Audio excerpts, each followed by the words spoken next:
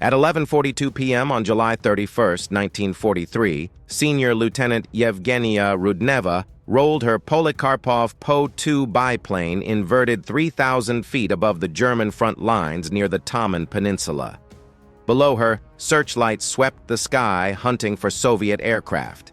Anti-aircraft guns fired continuously, creating a wall of exploding shells between her and the target. Her aircraft was made of plywood and canvas. Maximum speed, 94 miles per hour. The Messerschmitt Bf 109 fighters hunting her could reach 350 mm/p. Her aircraft carried no defensive weapons, no armor, no parachutes.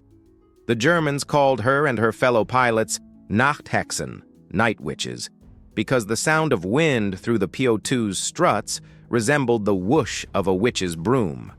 Rudneva was 24 years old. She held a master's degree in astronomy from Moscow State University. She'd flown 645 combat missions in 18 months. Tonight would be her 646th. Below her, German infantry divisions were preparing for a major offensive. Her mission: drop 2 100-kilogram bombs on their ammunition depot, disrupting the attack. Standard procedure called for high-altitude bombing runs at 5,000, 6,000 feet, where anti-aircraft fire was less accurate. But Rudneva and the other night witches had developed a different technique. They would cut their engines at 3,000 feet and glide silently to the target. The only sound the Germans would hear was the wind. By the time they realized an aircraft was overhead, bombs were already falling. This technique had one problem. Once you cut the engine at 3,000 feet, you were committed. If anti-aircraft fire damaged the aircraft during the glide, you had no power to escape. You were gliding into either your target or your death. At 11:43 p.m., Rudneva cut her engine. The sudden silence was overwhelming. For 45 seconds, the only sounds were wind through the struts and the breathing of her navigator, Lieutenant Panna Prokopieva, in the rear cockpit. They glided toward the target. At 2,000 feet, searchlights found them. The gliding aircraft was illuminated, frozen in white light. Anti-aircraft guns adjusted their aim. Tracer rounds streaked toward them. Rudneva couldn't maneuver aggressively. Gliding aircraft had limited control authority. She could only continue toward the target and hope the gunners missed. They didn't miss. At 1,500 feet, 20mm rounds struck the Po-2's left wing. Canvas tore, wooden spars shattered, the wing began collapsing. Rudneva and Prokopieva had 3 seconds to make a decision: release the bombs and try to restart the engine for emergency landing, or hold the glide and ensure the bombs hit the target. They held the glide. At 800 feet, both bombs released. Impact occurred 4 seconds later. The ammunition depot exploded in a fireball visible for 20 miles. Mission accomplished. But the Po-2's left wing was disintegrating. Rudneva tried to restart the engine. The engine caught, sputtered, died. She tried again. Nothing. The aircraft was descending too steeply. They would crash in German-held territory. Capture meant interrogation, torture, execution. Rudneva made one final attempt to restart the engine. Still nothing. At 11:45 p.m., the Po-2 crashed 400 meters behind German lines. Both Rudneva and Prokopieva died instantly. The 588th Night Bomber Regiment lost 4 crews that night, 8 women killed. It was their worst single night of casualties in the entire war. But the ammunition depot was destroyed. The German offensive was delayed by 36 hours, and the night witches kept flying. Can an all-female squadron flying wooden training aircraft at 94 mm/p dominate an air war against 350 mm fighters and 1,000-plus anti-aircraft guns? Can 200 women fly 23,000-plus combat missions and force the entire German army to fear the sound of wind? Please like this video to see how this happened. Subscribe for more unlikely heroes. And let's go back to October 1941, when a famous Soviet pilot convinced Stalin to do something unprecedented. Marina Raskova was the most famous aviator in the Soviet Union in 1941. Born in 1912, she'd graduated from the Zhukovsky Air Force Engineering Academy in 1934 and became the Soviet Air Force's first female navigator. In 1938, she, along with pilot Valentina Grizodubova and co-pilot Polina Osipenko, flew a twin-engine AN-T-37 aircraft 908 kilometers non-stop from Moscow to the Far East, setting a world record for longest direct flight by women. When their aircraft ran out of fuel 200 kilometers short of their destination, the crew parachuted to safety. Raskova landed in Taiga Forest and survived for 10 days before being rescued. The flight made her a national hero. Soviet media called her the Russian Amelia Earhart. When Germany invaded the Soviet Union on June 22, 1941, Raskova received thousands of letters from women across the USSR requesting permission to fight. Soviet women could serve in support roles, nurses, radio operators, mechanics, but not as combat pilots. The Soviet Air Force, like every other major air force in 1941, believed women lacked the physical strength, emotional stability, and aggressive temperament required for aerial combat. But by October 1941, the situation was desperate. German forces were 50 miles from Moscow. The Soviet Air Force had lost over 7,000 aircraft. Pilot casualties exceeded 10,000. The USSR needed every pilot it could train. Raskova used her celebrity status and personal connection to Joseph Stalin to request a meeting at the Kremlin. The meeting occurred on October 8, 1941. Raskova presented Stalin with bundles of letters from women requesting combat assignments. She argued that women pilots had proven their capability in civilian aviation. Thousands of Soviet women held pilot licenses. They'd set records, won competitions, demonstrated skill equal to men. They were patriotic, motivated, and willing to fight. The USSR couldn't afford to waste this resource because of outdated gender prejudices. Stalin listened. Then he issued Order Number 0099. Create 3 all-female aviation regiments. The 586th Fighter Aviation Regiment would fly Yak-1 fighters. The 587th Bomber Aviation Regiment would fly PE-2 dive bombers. The 588th Night Bomber Aviation Regiment would fly Po-2 biplanes for night harassment missions. All personnel, pilots, navigators, ground crews, mechanics, armorers, would be women. Raskova was promoted to major and given command of the training program. She had 3 months to recruit, train, and deploy 3 regiments. Recruitment began immediately. Over 2,000 women applied for 400 positions. Applicants ranged from 17 to 26 years old. Many were university students. Some held degrees in mathematics, physics, engineering. Others were factory workers, collective farm members, teachers.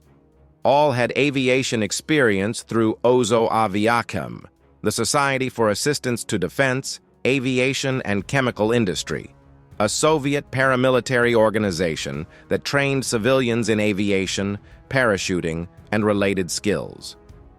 By November 1941, 400 women had been selected and sent to Engels Military Aviation School near Saratov for training.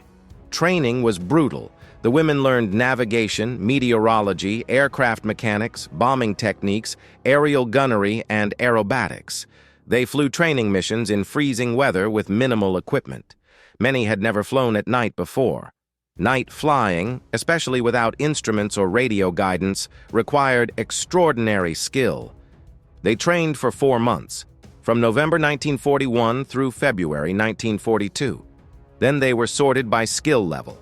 The most skilled pilots were assigned to the 586th Fighter Regiment and given brand-new Yak-1 fighters. The middle-tier pilots went to the 587th Bomber Regiment with PE-2 dive bombers. The least experienced pilots, those who'd struggled most during training, were assigned to the 588th Night Bomber Regiment. And they were given the worst aircraft in the Soviet inventory, the Polikarpov Po-2. The Polikarpov Po-2 was designed in 1928 by Nikolai Polikarpov as a primary trainer and agricultural aircraft. By 1942, it was hopelessly obsolete.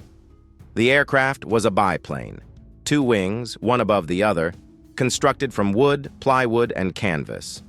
Length, 26 feet 9 inches. Wingspan, 37 feet 5 inches. Empty weight, 1,565 pounds.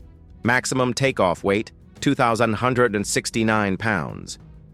The aircraft was powered by a single Shvetsov M11 5-cylinder radial engine producing 125 horsepower at 1,650 RPM, driving a 2-bladed wooden propeller. Maximum speed with full load, 94 miles per hour. Cruising speed, 68 miles. Service ceiling, 9,800 feet. Range, 400 miles. The crew consisted of 2, pilot in the forward cockpit, navigator, bombardier in the rear cockpit. Both cockpits were open, no canopy, no windscreen, no heating. Armament, none initially. Later variants mounted a single 7.62-meter machine gun in the rear cockpit, but ammunition was limited and the gun jammed frequently. The Po-2 could carry 2 bombs, one 100-kilogram, 220-pound bomb under each lower wing. That was it.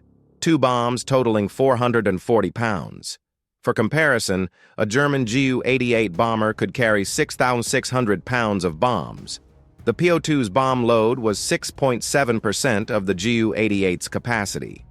To achieve the same destructive effect as one Ju-88 mission, Po-2 pilots would need to fly 15 missions. And those 15 missions would need to be flown at night, in terrible weather, under anti-aircraft fire, with no defensive weapons, in an aircraft made of wood and canvas that would burst into flames if hit by tracer rounds.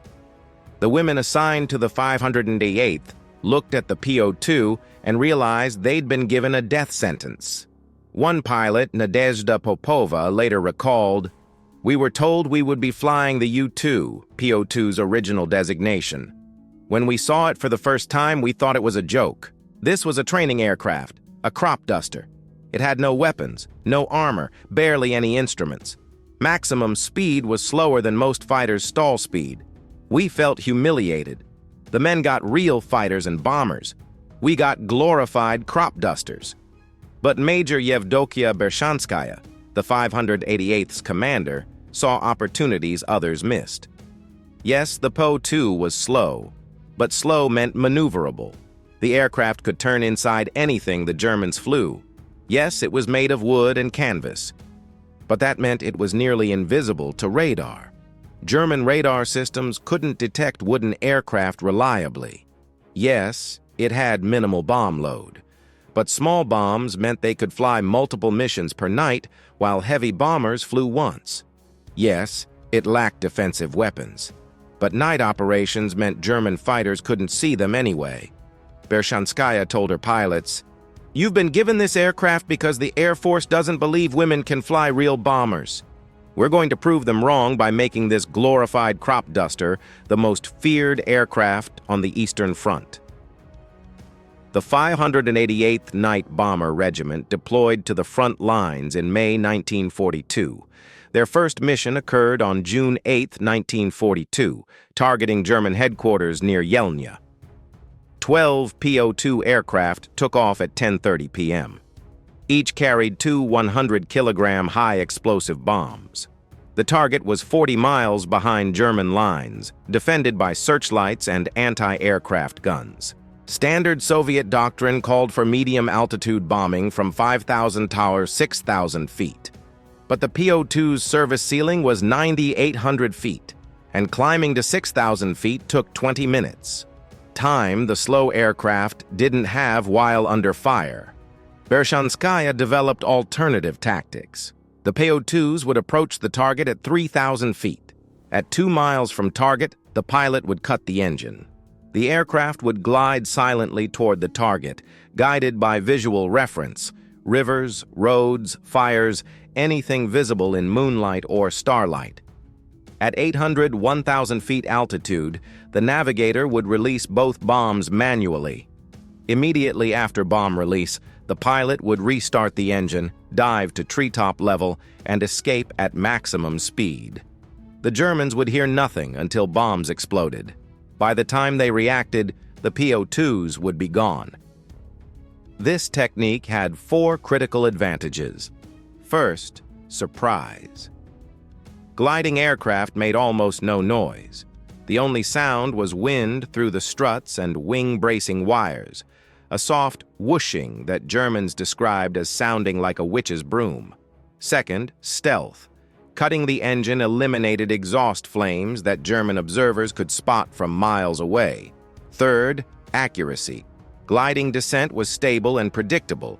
Navigators could aim bombs precisely. Fourth, safety. Paradoxically, the silent glide approach was safer than powered attacks because German gunners couldn't hear the aircraft approaching and couldn't predict its flight path. But the technique required extraordinary courage.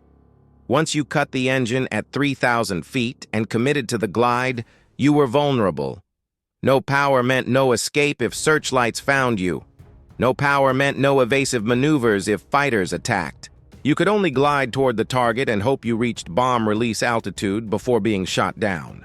And restarting the engine wasn't guaranteed. The Shvetsov M11 engine was temperamental. Cold weather made starting difficult.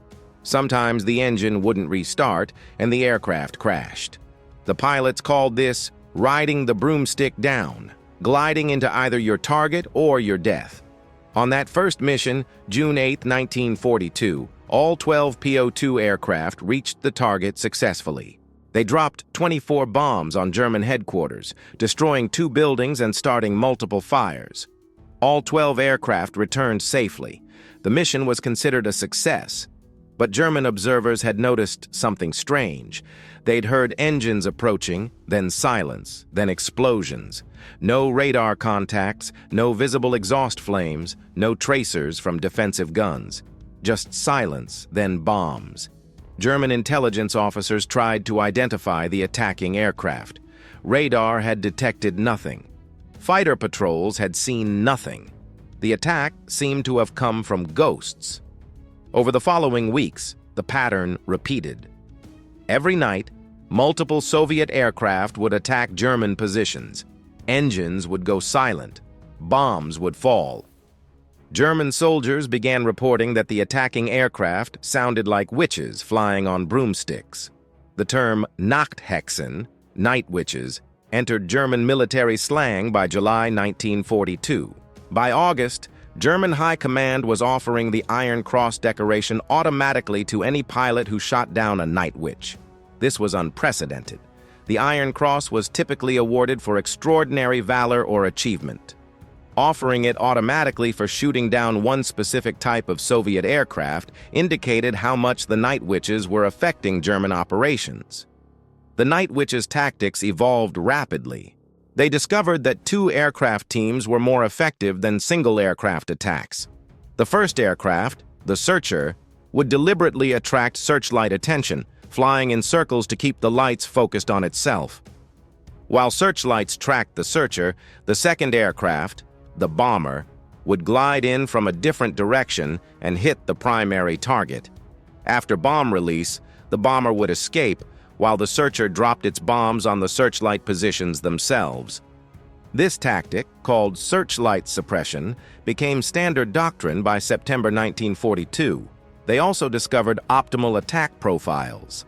Approaching from downwind allowed faster glides and shorter exposure time. Attacking during the darkest phase of the moon made visual detection nearly impossible. Coordinating attacks with artillery barrages created confusion. German defenders couldn't distinguish between artillery and aerial bombardment. The 588th was learning, adapting, becoming more effective with every mission.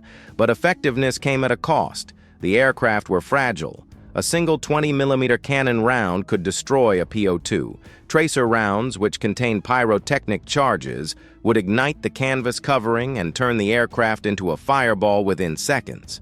The pilots and navigators had no parachutes until mid-1944. The aircraft couldn't carry the extra weight. If your aircraft was hit and caught fire, you had 2 choices: crash and die, or jump without a parachute and die. There was no third option. Despite these horrors, the night witches kept flying. Between June 1942 and May 1945, the 588th Night Bomber Regiment flew 23,143 combat sorties. They dropped 3,000 tons of bombs and 26,000 incendiary shells. They destroyed or damaged 17 river crossings, 9 railways, 2 railway stations, 26 warehouses, 12 fuel depots, 176 armored cars, 86 prepared firing positions, and 11 searchlights. They delivered 155 supply drops of food and ammunition to encircled Soviet forces, and they kept German soldiers awake every single night for nearly 3 years. The psychological impact was devastating. German soldiers on the Eastern Front learned to fear nighttime. The whooshing sound became associated with death.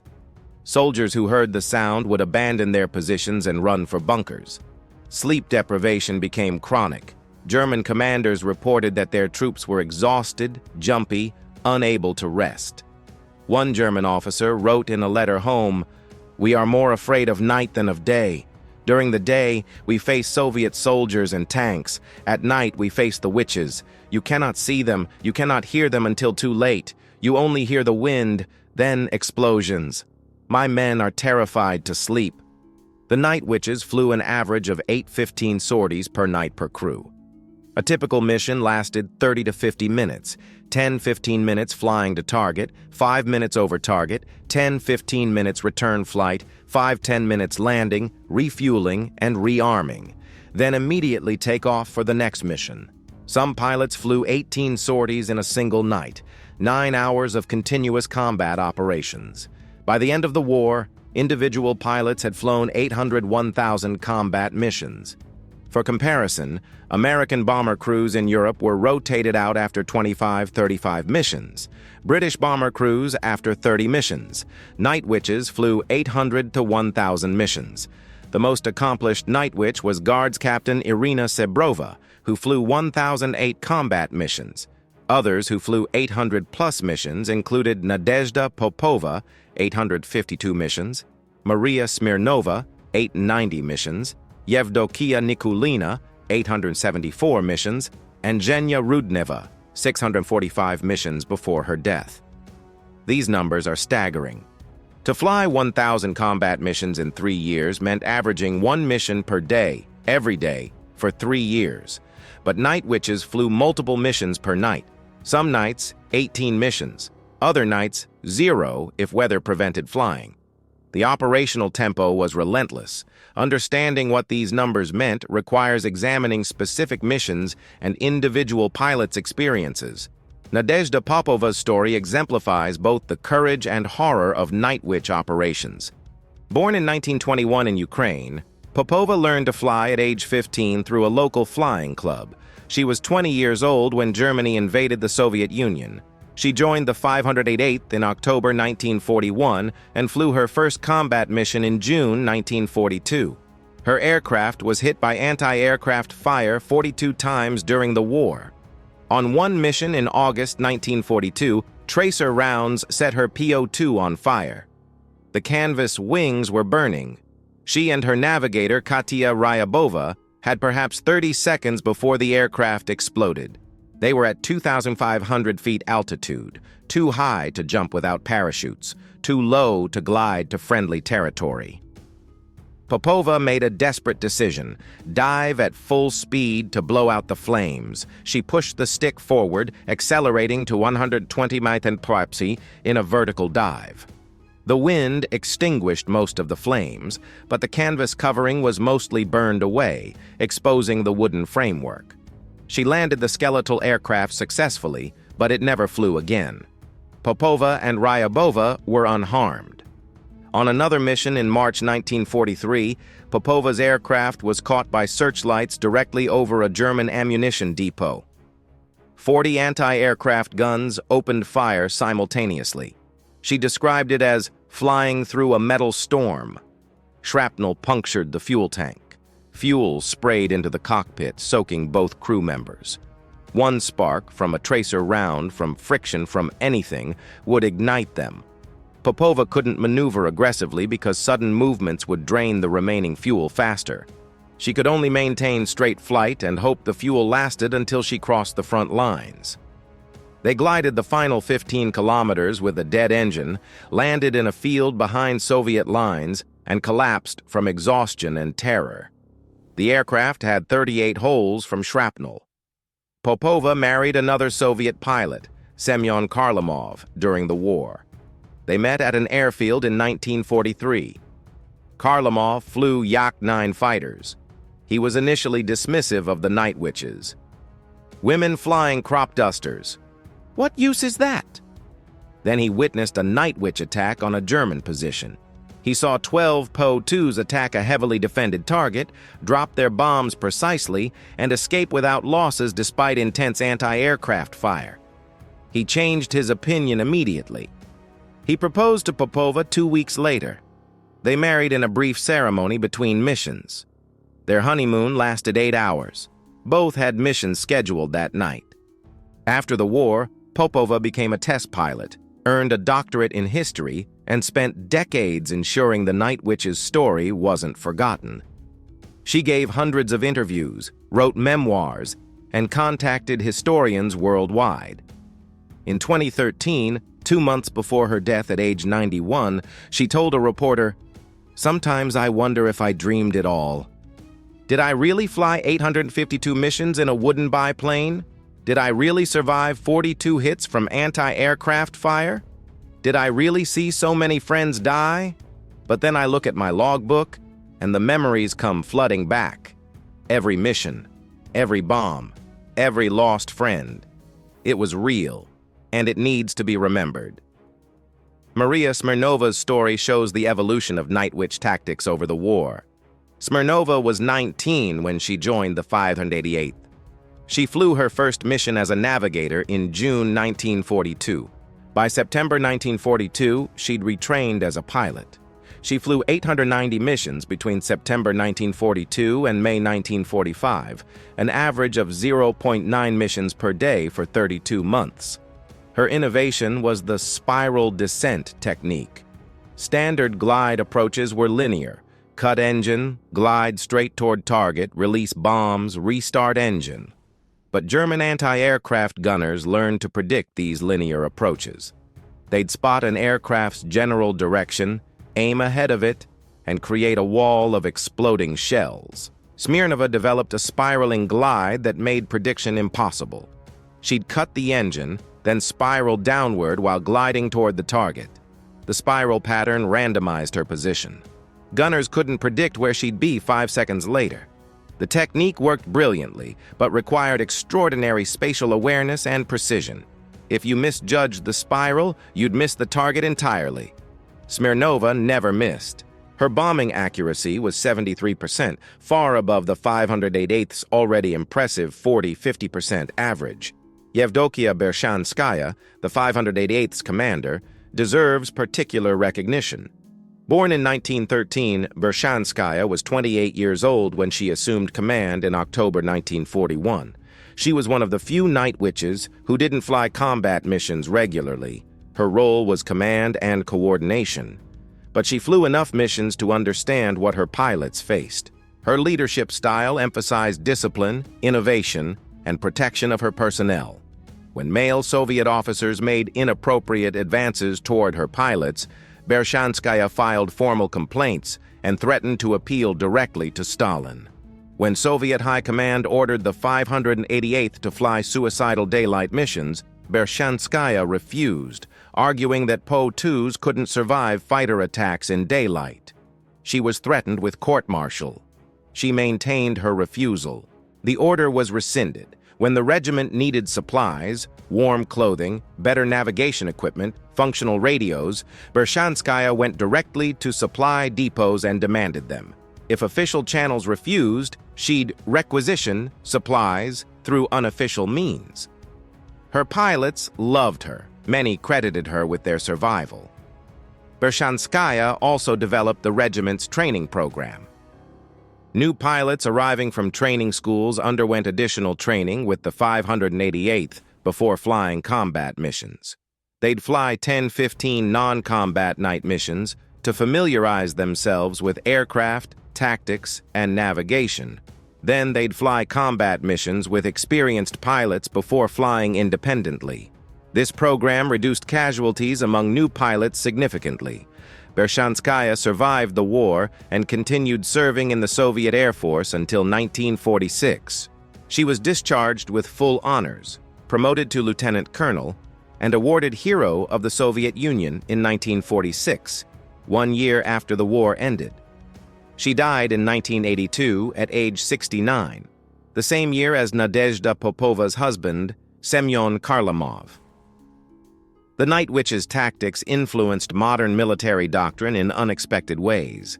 The concept of persistent harassment, continuous small-scale attacks designed to prevent enemy rest and recovery, became standard doctrine in asymmetric warfare.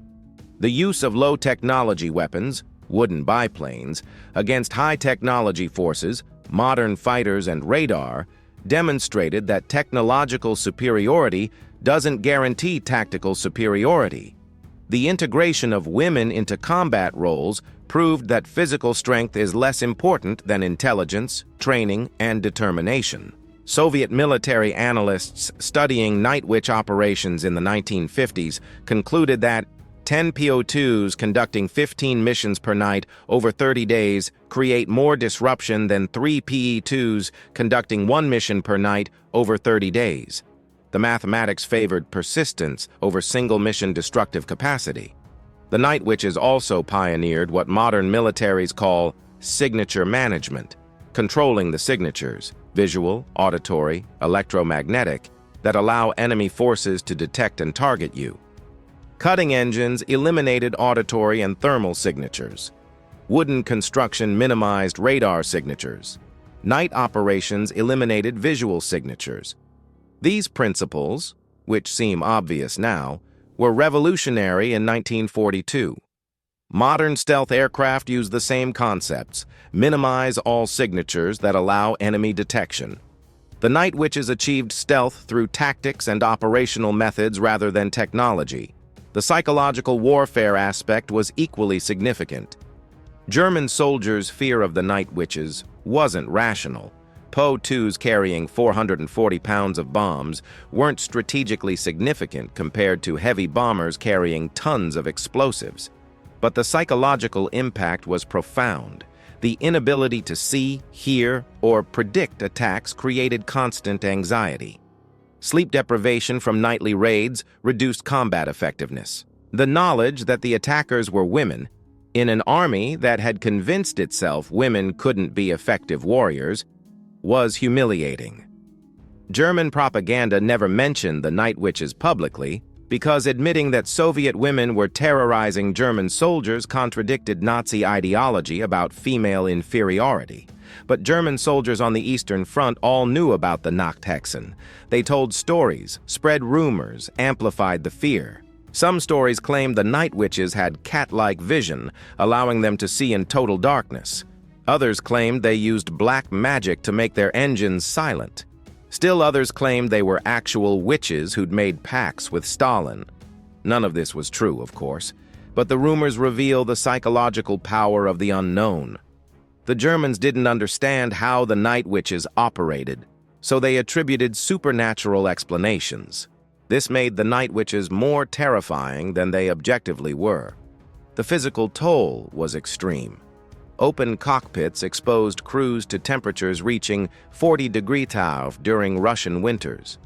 Frostbite was common. Metal parts of the aircraft would freeze to exposed skin, tearing flesh when touched. The noise of wind and engine caused hearing damage.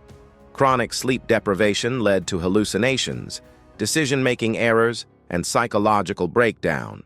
Several pilots reported seeing phantom aircraft or hearing voices during missions.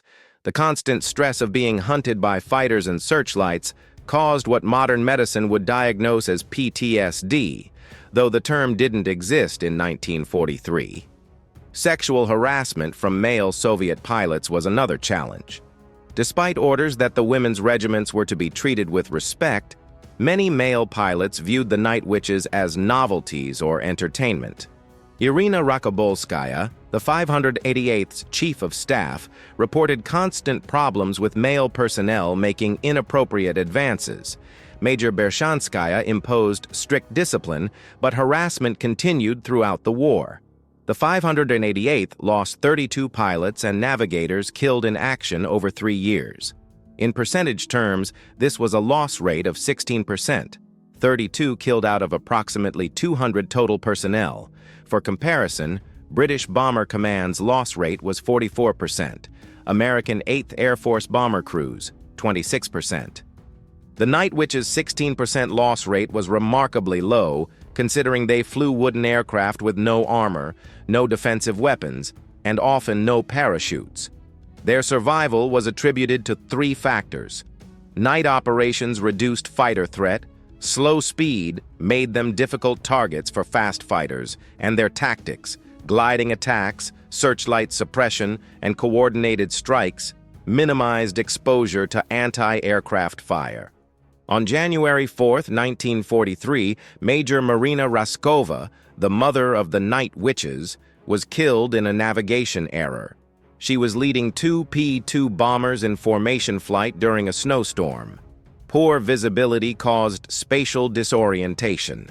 Raskova's aircraft crashed into a riverbank, killing her and both crew members instantly. She was 31 years old. Stalin ordered the first state funeral of World War II for Raskova. Her ashes were interred in the Kremlin wall, an honor reserved for the Soviet Union's greatest heroes. The Night Witches were devastated, but they kept flying. The regiment was honored with Guards designation in February 1943, reorganized as the 46th Guards Night Bomber Aviation Regiment. In October 1943, they received the honorific title Taman for their role in liberating the Taman Peninsula. By 1944, they were the most highly decorated female unit in Soviet military history. 23 pilots and navigators received Hero of the Soviet Union, the highest military decoration in the USSR. Over 200 received the Order of the Red Banner, Order of the Red Star, or other combat decorations. But perhaps their greatest achievement was forcing the German military to take women seriously as combatants. Before the Night Witches, German intelligence dismissed Soviet women pilots as propaganda. After the Night Witches, German orders specifically identified the 588th Regiment as a high-priority threat. German fighter squadrons were assigned specifically to hunt Night Witches. Anti-aircraft batteries received instructions on optimal firing solutions against slow-moving gliding targets. The Iron Cross bounty remained in effect until war's end. The Night Witches had proven that gender was irrelevant in combat effectiveness. The war ended on May 9, 1945. The 588th flew their final combat mission on May 4th. Total combat operations, 1,009 nights of continuous missions over 3 years. They were the only one of the 3 female regiments that remained all-female throughout the war. The 586th Fighter Regiment and 587th Bomber Regiment gradually integrated male crew members. The 588th refused. Major Bershanskaya insisted that her regiment would be 100% female from formation to disbandment. Stalin personally approved this decision. Several missions during the war deserve specific mention for their strategic impact and tactical brilliance. One occurred on December 22, 1944, the 588th's single most intensive night of operations. Soviet forces were advancing toward Berlin. German forces were attempting to establish defensive lines along the Vistula River in Poland. Soviet High Command ordered maximum air support to prevent the Germans from consolidating their positions. The 588th was ordered to fly continuous missions against German defensive works, supply depots, and troop concentrations. At 10 p.m. on December 22, 1944, the first Po-2s took off.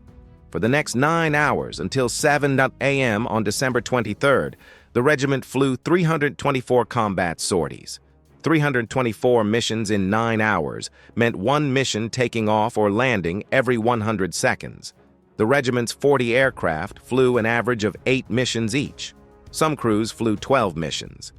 Ground crews worked continuously, refueling, rearming, checking aircraft between missions for 9 hours without rest. Pilots and navigators would land, taxi to the rearming area, shut down engines, receive new target coordinates, take off again. Total time on ground, 5 to 8 minutes per mission. Some pilots reported hallucinating from exhaustion after their 10th mission. One pilot fell asleep during landing approach and was jolted awake when her navigator screamed. Another pilot forgot which direction was up after her 11th mission and nearly flew inverted, but they kept flying. 324 missions.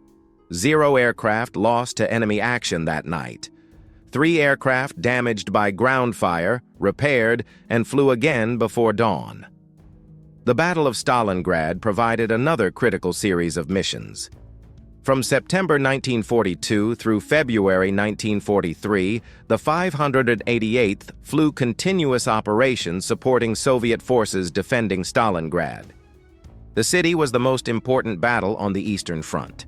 If Germany captured Stalingrad, they'd control the Volga River and could cut Soviet supply lines. Soviet forces had to hold. The Night Witch's role was disrupting German supply lines, feeding the siege. Every night, Po-2s attacked German truck convoys bringing ammunition, fuel, and food to forces surrounding Stalingrad. They bombed railway junctions, destroyed bridges, attacked fuel depots. Each individual mission had minimal impact. 1 or 2 trucks destroyed, a small section of rail damaged. But over 5 months, the cumulative effect was devastating. German commanders reported chronic supply shortages. Ammunition deliveries were delayed. Fuel trucks were destroyed before reaching the front. Food convoys were disrupted. German soldiers besieging Stalingrad were themselves being strangled by the Night Witch's attacks on their supply lines. One Stalingrad mission exemplifies the Night Witch's persistence. On November 8, 1942, Lieutenant Rufina Gasheva and her navigator Olga Sanfirova were assigned to attack a German supply convoy near Kalak. Intelligence reported 40-plus trucks moving towards Stalingrad with ammunition. The convoy was defended by 4 mobile flak wagons, truck-mounted 20mm anti-aircraft guns. Standard doctrine called for avoiding convoys with flak protection because Po-2s couldn't survive sustained anti-aircraft fire. But the ammunition convoy was critical. If it reached Stalingrad, German forces would have enough ammunition for 2 more weeks of fighting. The convoy had to be stopped.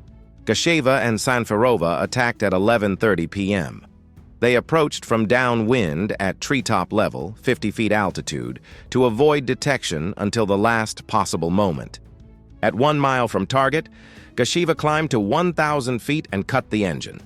They glided toward the convoy in complete silence. The trucks were spread along 2 miles of road. Gasheva aimed for the center of the convoy. Maximum damage, maximum confusion. At 400 feet altitude, Sanfirova released both bombs manually. Both bombs hit the road directly in the convoy's center. 1 truck loaded with artillery shells exploded. Secondary explosions destroyed 3 more trucks. The convoy stopped, but 4 flak wagons immediately opened fire. Gasheva restarted the engine and dove to treetop level, attempting to escape. The flak wagons were firing blindly into the darkness. They couldn't see the Po-2, only hear the engine. Gasheva flew directly over the stalled convoy at 30 feet altitude, below the minimum depression angle of the flak guns. The guns couldn't aim low enough to hit her. She escaped successfully. But the mission wasn't over. The convoy would resume movement once the fires were extinguished. The convoy had to be attacked again. Gasheva returned to base, refueled, rearmed, and took off for a second mission at 1:15 a.m. This time she approached from a different direction, crosswind instead of downwind. The flak wagons were positioned to defend against attacks from the previous direction. Gasheva attacked from their blind side. 2 more bombs, 2 more trucks destroyed, more fires, more confusion. The convoy stopped again. Gasheva escaped again. She flew a 3rd mission at 3 a.m., a 4th at 4:30 a.m., a 5th at 6 a.m., just before dawn. 5 missions against the same convoy. By dawn, 12 trucks had been destroyed. The convoy was scattered across 10 kilometers of road. German commanders decided the convoy was too vulnerable and diverted it to a different route that added 48 hours to the journey. By the time the surviving trucks reached Stalingrad, the battle had shifted and the ammunition was needed elsewhere. Gashiva and Sanfirova had neutralized an entire convoy through persistent harassment. Both women were awarded the Order of the Red Banner for this action. The Taman Peninsula operations in 1943 provided the regiment its honorific title. The Taman Peninsula between the Black Sea and the Sea of Azov was German-held territory that threatened Soviet naval operations. Capturing it required coordinated ground and air operations. The Night Witches flew 2,000-plus missions supporting the offensive. They attacked German defensive positions, disrupted supply lines, and provided illumination for Soviet ground attacks. On September 11, 1943, Soviet forces captured the last German positions on the peninsula. German forces evacuated to Crimea. For their role in the operation, the 46th Guards Night Bomber Aviation Regiment received the honorific Taman and became the 46th Taman Guards Night Bomber Aviation Regiment. This made the regiment one of only 160 Guards units, out of thousands of Soviet units, to receive both Guards designation and an honorific title. After the war, the treatment of Night Witch veterans revealed persistent gender discrimination even in a country that had allowed them to fight. The 46th Taman Guards Night Bomber Aviation Regiment was disbanded on October 15, 1945. They requested to participate in the Victory Day Parade in Moscow in June 1945. The request was denied. Official reason: their Po-2 biplanes were too slow to fly in formation with modern jets. Unofficial reason: Soviet leadership wanted to project modernity and technological sophistication. Wooden biplanes flown by women didn't fit that image. When Night Witch veterans applied for civilian jobs after the war, many faced discrimination. Employers were reluctant to hire women who'd flown combat missions. They were considered too aggressive, too independent, too masculine. Some veterans were told explicitly, "We need women who can be wives and mothers, not warriors." Nadezhda Popova applied for a job as a civilian pilot in 1946. She had 852 combat missions, Hero of the Soviet Union, 3 Orders of the Red Banner. Her application was rejected. The hiring manager told her, "Women pilots are acceptable during wartime emergencies. In peacetime, we prefer men." She eventually found work as a test pilot, but only because a former male Soviet pilot vouched for her skills.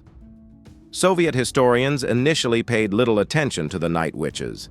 Histories of the Eastern Front focused on male heroes, tank battles, infantry charges, fighter aces. When women were mentioned at all, it was as nurses, radio operators, or support personnel. The Night Witches' combat role didn't align with post-war Soviet narratives about traditional gender roles. By the 1960s, most Soviet citizens under age 40 had never heard of them. The Night Witches began re-entering historical consciousness in the 1980s, partly through the efforts of veterans like Nadezhda Popova, who refused to let their stories die. Western historians discovered them through interviews with Soviet veterans. In 1981, British historian Bruce Miles published Night Witches: The Untold Story of Soviet Women in Combat, the first major English-language work about the regiment. The book was translated into Russian and created renewed interest within the Soviet Union. Soviet television produced a documentary about the Night Witches in 1983. Veterans were interviewed, footage was compiled, their achievements were finally acknowledged. After the Soviet Union collapsed in 1991, more archival materials became available. Researchers accessed previously classified Soviet Air Force records documenting the Night Witches' operations in detail. Mission reports, casualty records, decoration citations, all confirmed what veterans had been saying for decades. They had indeed flown 23,143 combat sorties. They had indeed destroyed hundreds of military targets. They had indeed terrorized German forces for 3 years. In 2013, Russian authorities established a memorial to the Night Witches at their former base near Engels. The memorial includes a Po-2 aircraft, bronze statues of pilots and navigators, and plaques listing all 32 women killed in action. In Western popular culture, the Night Witches' story spread gradually. A 2015 novel by Kate Quinn titled The Huntress featured a Night Witch character. In 2016, Swedish power metal band Sabaton released a song titled Night Witches that introduced their story to younger audiences. The song's music video has over 40 million views on YouTube. In 2019, author Kate Moore published The Night Witches, the true story of the Soviet women who fought Hitler's aces, a detailed non-fiction account. Museums began exhibiting Night Witch artifacts. The Smithsonian National Air and Space Museum has a section dedicated to them. The Museum of Flight in Seattle features Night Witch exhibits. Today, military historians recognize the Night Witches as pioneers in 3 areas. First, proving that women could serve effectively in combat aviation roles. Second, demonstrating that low-technology weapons employed with innovative tactics could defeat technologically superior forces. Third, showing that psychological warfare, creating fear and sleep deprivation through persistent harassment, could be as effective as destroying targets. These lessons influenced military doctrine worldwide. Modern militaries train personnel in asymmetric warfare tactics derived partly from Night Witch operations. The U.S. Air Force's AC-130 gunship program, which provides persistent close air support using relatively low-technology weapons, employs concepts similar to Night Witch persistence tactics.